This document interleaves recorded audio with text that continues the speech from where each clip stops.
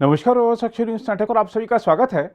Japan के पूर्व प्रधानमंत्री शिंजो आबे के निधन से पूरी दुनिया में शोक की लहर है। भारत समेत कई देशों के वरिष्ठ नेताओं ने आबे के निधन पर शोक जताया है। प्रधानमंत्री नरेंद्र मोदी ने तो आबे के निधन पर शोक जताते हुए उनके सम्मान में एक दिन के राष्ट्रीय शोक का ऐलान भी किया है। यही नहीं, उन्होंने कई समाचार पत्रों में लिखे अपने आलेख में शिंजो आबे के साथ अपनी गहरी दोस्ती को बड़ी भावुकता के साथ याद किया है। दुनिया स्तब्ध है कि कैसे एक सुरक्षित देश में इतने लोकप्रिय नेता की हत्या हो गई। लेकिन आबे की हत्या से चीन बहुत खुश है। चीन में लोग अपनी खुशी का जश्न मनाकर इजहार कर रहे हैं। यही नहीं, चीनी सोशल मीडिया पर शिंजो आबे को गोली मारने वाले हमलावर को हीरो बताया जा रहा है। हम आपको बता दें कि शिंजो आबे से चीन की दुश्मनी काफ़ी पुरानी है, क्योंकि प्रधानमंत्री रहते हुए शिंजो आबे ने चीन की गलत नीतियों की हमेशा आलोचना की थी। हम आपको बता दें कि अंग्रेजी समाचार पत्र द टाइम्स ऑफ इंडिया के रिपोर्ट के मुताबिक जापान के पश्चिमी इलाके नारा में जैसे ही शिंजो आबे को गोली मारी गई, तब से ही Chinese social media platform Weibo पर लोग जश्न मनाने लगे। साथ ही कुछ यूजर्स ऐसे भी थे जो इलाज के लिए अस्पताल में भर्ती शिंजो आबे के मरने की कामना करने लगे थे। चीन के कार्टूनिस्ट ने ऐसे यूजर्स के कुछ पोस्ट शेयर किए हैं, जो कि ऑस्ट्रेलिया में रहता है। इस ट्वीट में दिखाया गया है कि कैसे चीन के नागरिक शिंजो आबे पर हुए हमले से खुश हैं और उनकी मौत की दुआ मांग रहे हैं। इनमें से एक यूजर ने लिखा है कि जापान के मौजूदा प्रधानमंत्री को भी गोली मारी जानी चाहिए, साथ ही कोरियाई को भी। वहीं एक अन्य यूजर ने हमलावर को हीरो बताते हुए लिखा, शुक्रिया एंटी जापान हीरो, क्या मैं खुश हो सकता हूं। दूसरा यूजर लिखता है, उम्मीद है बंदूक ठीक होगी और ये शख्स अब मुसीबत में होगा।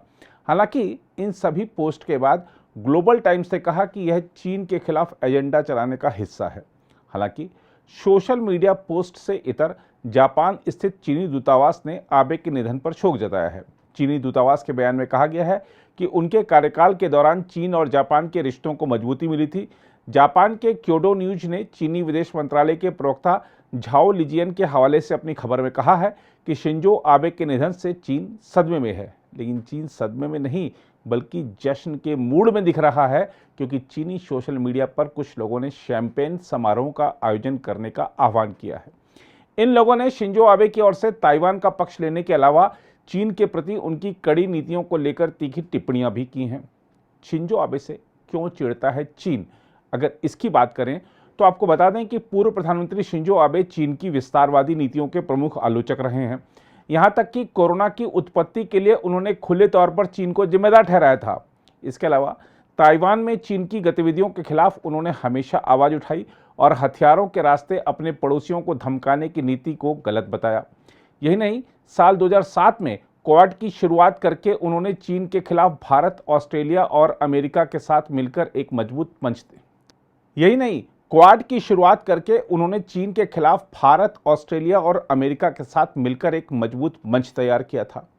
उधर आबे की मौत के बाद चीन ने प्रोपेगेंडा भी शुरू कर दिया है। चीनी सरकारी अखबार ग्लोबल टाइम्स ने लिखा है कि आबे पर हुए हमले से जापान के दक्षिणपंथी नाराज हो जाएंगे और वह सक्रिय होकर जंग छेड़ सकते हैं। ग्लोबल टाइम्स ने अपने विशेषज्ञों के हवाले से कहा है कि पूर्व प्रधानमंत्री शिंजो आबे पर हमले से जापान में आर्थिक संकट पैदा हो सकता है और सामाजिक मतभेद भी उभर सकते हैं।